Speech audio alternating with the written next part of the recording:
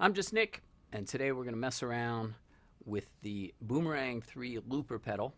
I'm going to go right to demonstrating it, but I promise you I'm not just wanking. There's a point to what I'm playing. Okay, I am just wanking, but there's a point to my wanking. How about that?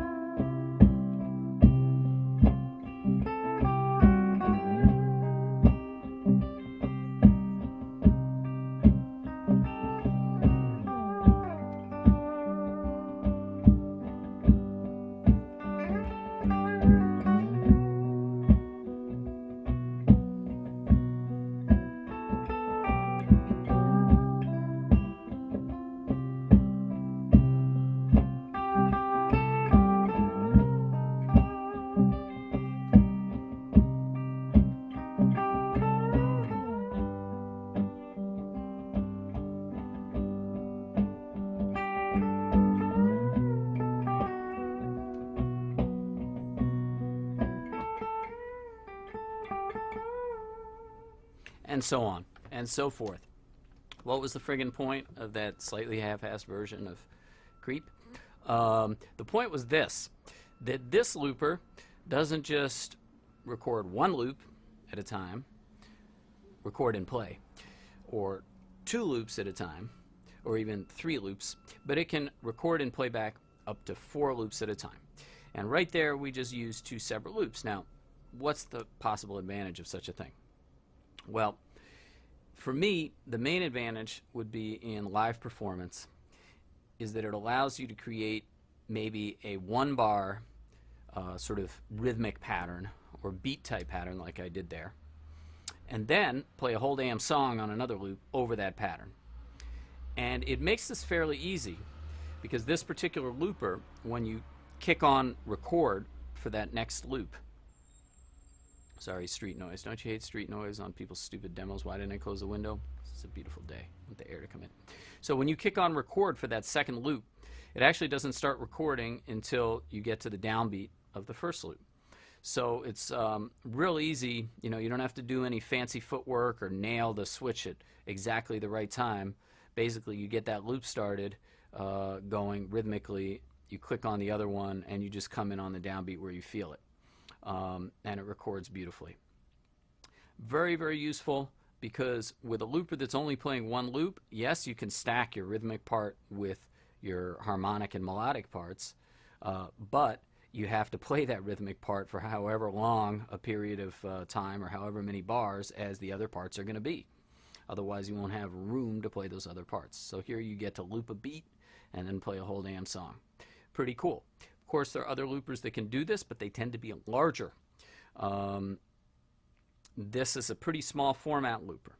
And I think that the important thing to recognize about this looper, because it does lack a lot of features of current loopers that are out there, namely the ability to store loops on an SD card, you know, take them off via USB, whatever, is that this looper is a very good looper for live performance, partly because that multiple loop ability, but also because it's got a whole lot of switches on top of it, which means that pretty much all the features can be reached with just one button press or maybe a little knob twist and a button press.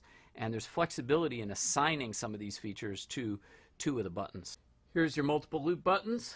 Um, you can set separate volumes for the loops. You can set a fade time and assign fade out to one of these buttons. You know, all of these are kind of common features on loopers. Couple things that you might not find on other loopers.